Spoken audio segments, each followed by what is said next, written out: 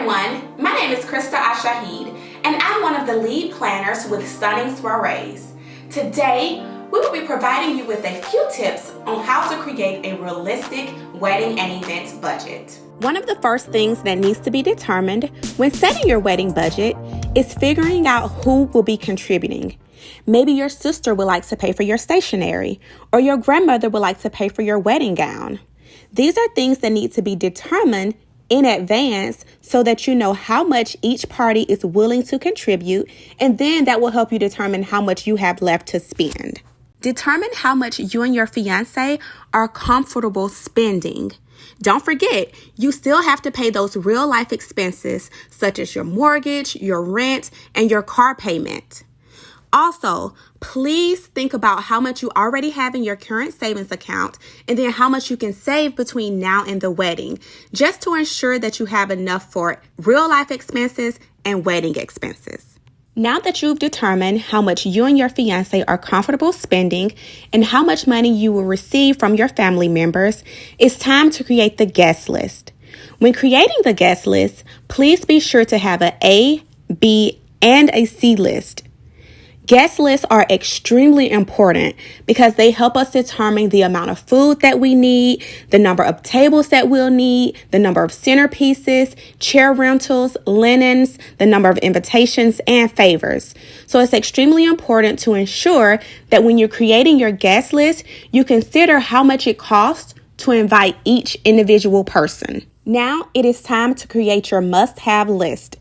Keep in mind, you and your fiancé will not always see eye to eye on what is important on your wedding day. But the main question that you all need to ask is, what can I live with and what can I live without? Maybe your fiancé would like to have an open bar, but you're comfortable serving beer and wine. Figure out what is most important for both of you and also consider your guest experience. But if it were me, I would definitely choose the open bar. Research, research, research. This is a point that we cannot stress enough. Along with the known costs, there are also some unknown costs or hidden costs associated with your wedding. For example, you may pay a venue rental fee, but there are also setup and breakdown charges, administrative fees, cleaning fees, and security fees that must be paid. So please do your research and ask the questions before signing any contracts. Also, determine the time of year when you would like to get married. Certain seasons are peak and some are off peak. And also certain days cost a little bit more than others. For example, Fridays and Sundays are less expensive than having your wedding on a Saturday.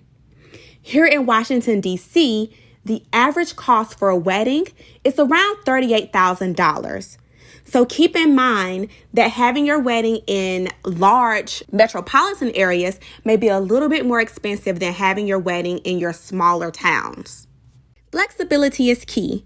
So now that you've created your wedding budget and you've allocated funds in each category, it is also important to review your budget either daily, every other day, or weekly with your fiancé. By doing so, this will allow you to know how much money you have left to spend in each category and how much money you've spent thus far. This will also give you the ability to reallocate funds if you've spent less in one area.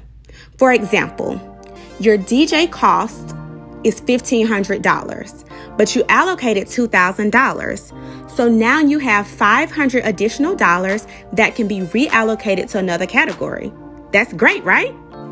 Thank you so much for watching. We truly hope that you found this video helpful.